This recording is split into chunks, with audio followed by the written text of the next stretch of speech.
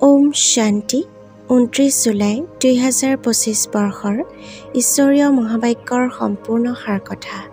আজি বাবাই কৈছে, মৰমৰ সন্তানসকল, এই শৰীৰৰ মূল্য তেতিয়াহে থাকে যেতিয়া ইয়াত আত্মা প্ৰৱেশ কৰে, কিন্তু অলংকৰণ শৰীৰৰ হয়, আত্মাৰ নহয়। মনুষ্যই মনৰ শান্তিৰ বাবে সাধু সন্তসকলৰ ওচৰলৈ যায়। এতিয়া মন বুদ্ধিটো হ'ল আত্মাৰ ইন্দ্ৰিয়। এনেকৈ কয়, হে প্ৰভু, নয়নহীনক মাৰ্গদৰ্শন কৰা। এতিয়া প্ৰভু বা ঈশ্বৰ বুলি ক'লে সেই পিতাৰ স্নেহৰ অনুভূতি নহয়। পিতাৰ পৰাতো সন্তানসকলে উত্তৰাধিকাৰ পায়। ইয়াততো তোমালোক পিতাৰ সন্মুখত বহি আছা, পঢ়িও আছা। তোমালোকক কোনে পঢ়ায়? তোমালোকে এনেকৈ নোকোৱা যে পৰমাত্মা বা প্ৰভুৱে পঢ়ায়। তোমালোকে ক'বা শিৱ বাবাই পঢ়ায়। বাবা শব্দটিতো একেবাৰে সৰল, হয়ো বাপ দাদা।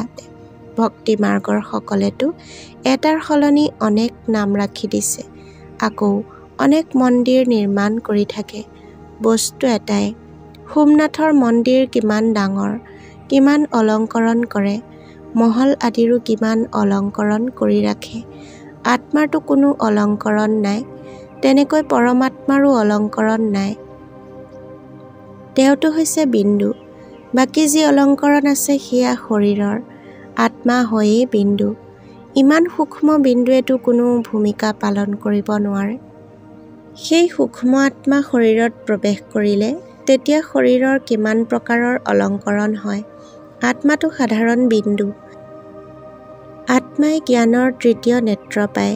আত্মাৰ প্ৰথমতে এই জ্ঞানৰ তৃতীয় নেত্ৰ নাছিল।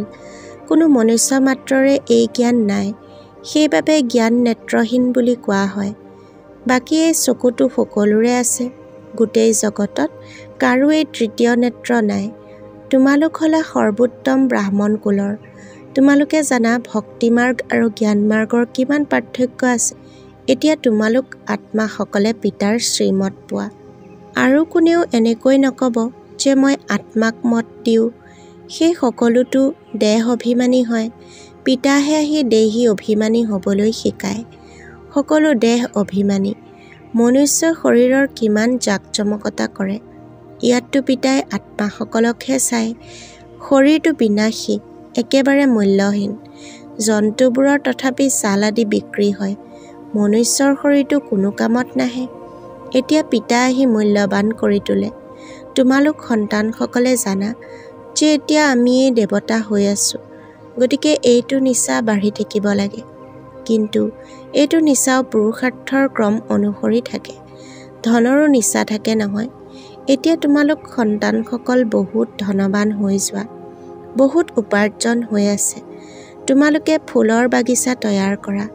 সত্যযুগক কোৱা হয় ফুলৰ বাগিচা। ইয়াৰ পুলি কেতিয়া ৰোপণ কৰা হয় এয়াও কোনেও নাজানে। তোমালোকক পিতাই বুজায়, আহ্বানো জনায়, সেই বাগিচাৰ গৰাকী আহক। তেওঁক মালি বুলি কোৱা নহ'ব।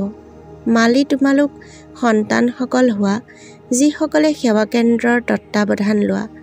মালি অনেক প্ৰকাৰৰ থাকে, বাগিচাৰ গৰাকী এজনেই। গতিকে এতিয়া তোমালোক সন্তানসকলৰ কিমান নাৰায়ণী নিচা থাকিব লাগে। এয়া হৈছে বিশ্বৰ মালিক হোৱাৰ নিচা। সত্য নাৰায়ণৰ কথা। গতিকে নিশ্চয় নাৰায়ণেই হ'বগৈ। আত্মাই জ্ঞানৰ তৃতীয় নেত্ৰ লাভ কৰে। দেউতা হৈছে পিতা। তৃতীয় নেত্ৰৰ কথাও আছে। এই সকলোবোৰৰ অৰ্থ পিতাই বহি বুজায়। কথা শুনাওতে সকলে একোৱেই নাজানে। অমৰ কথাও শুনায়। এতিয়া অমৰনাথলৈ কিমান দূৰ দূৰণিলৈ যায়। পিতাতো ইয়ালৈ আহি শুনায়। ওপৰততো নুশুনায়। তাত জানো পাৰ্বতীক বহি অমৰ কথা শুনালে? এই কথা আদি যিবোৰ ৰচনা কৰিছে এয়াও ড্ৰামাত নিৰ্ধাৰিত হৈ আছে। আকৌ হ'ব। পিতাই বহি তোমালোক সন্তানসকলক ভক্তি আৰু জ্ঞানৰ পাৰ্থক্য বুজায়।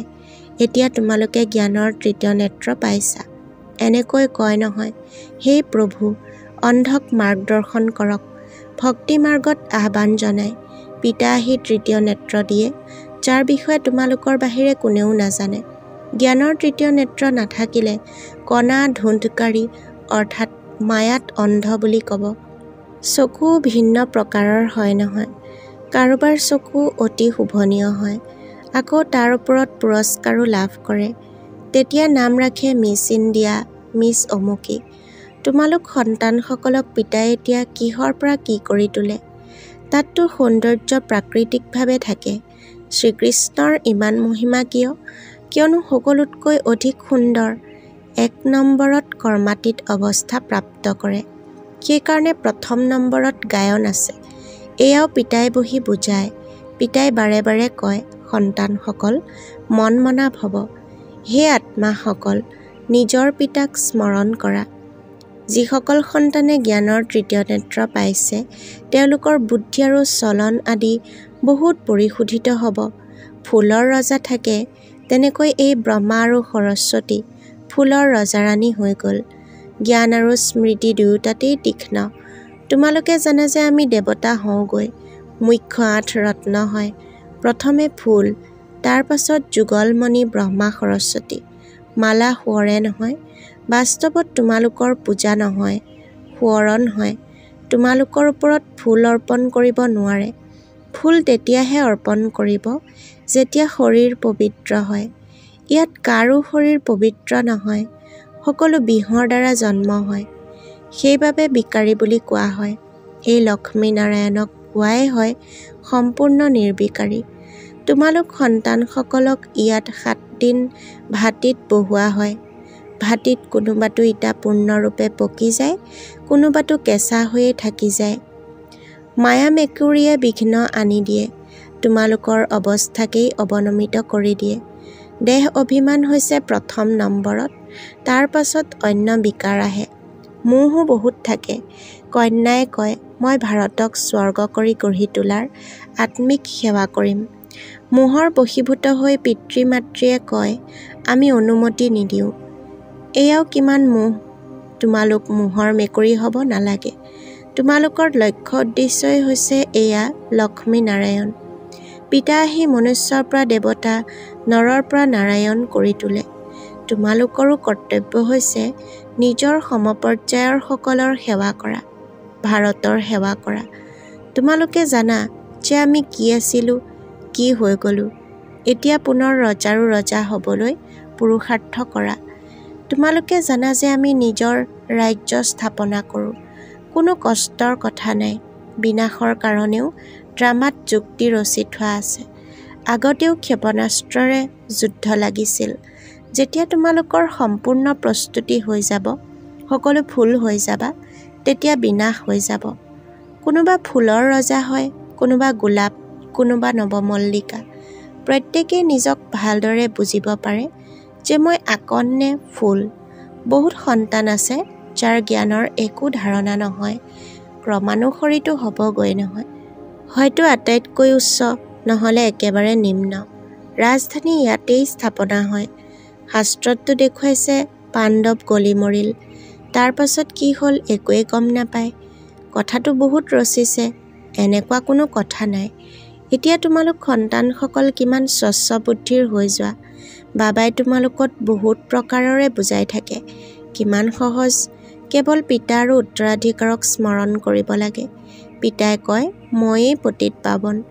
তোমালোক আত্মা আৰু শৰীৰ দুয়োটাই পতিত। এতিয়া পাৱন হ'ব লাগে। আত্মা পবিত্ৰ হ'লে শৰীৰো পবিত্ৰ হয়। এতিয়া তোমালোকে বহুত পৰিশ্ৰম কৰিব লাগে। পিতাই কয়, সন্তানসকল বহুত দুৰ্বল, স্মৃতি পাহৰি যায়। পিতা ব্ৰহ্মাই নিজেই নিজৰ অনুভৱ শুনায়। ভোজনৰ সময়ত স্মৰণ কৰোঁ, শিৱ বাবাই মোক খুৱায়। পুনৰ পাহৰি যাওঁ, পুনৰ স্মৃতিলৈ আহে। তোমালোকৰ ভিতৰতো পুৰুষাৰ্থৰ ক্ৰম অনুসৰি আছে। কোনোবাটো বন্ধনমুক্ত হৈও আকৌ বন্ধনত আবদ্ধ হৈ মৰে। ধৰ্ম সন্তানো কৰি লয়। আজিৰ বৰদান, নিজৰ সৰ্বসম্পদ অন্য আত্মাসকলৰ সেৱাত ব্যৱহাৰ কৰি সহযোগী হওঁতা, সহজ যোগী হোৱা।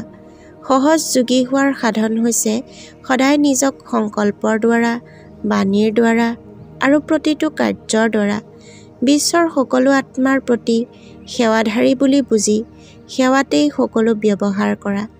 ব্ৰাহ্মণ জীৱন, যি শক্তিৰ, গুণৰ, জ্ঞানৰ আৰু শ্ৰেষ্ঠ উপাৰ্জন কৰাৰ সময়ৰ সম্পদ, পিতাৰ দ্বাৰা প্ৰাপ্ত হৈছে সেয়া সেৱাত ব্যৱহাৰ কৰা, অৰ্থাৎ সহযোগী হোৱা।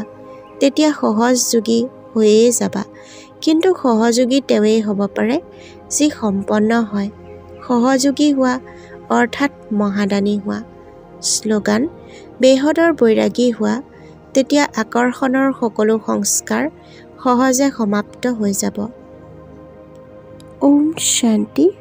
সেৱাৰ সুবিধাৰ অৰ্থে আমাৰ এই চেনেলটো লাইক, ছাবস্ক্ৰাইব আৰু ঈশ্বৰীয় পৰিয়ালৰ সদস্যসকলৰ সৈতে শ্বেয়াৰ কৰিব বুলি আশা কৰিলোঁ। ধন্যবাদ।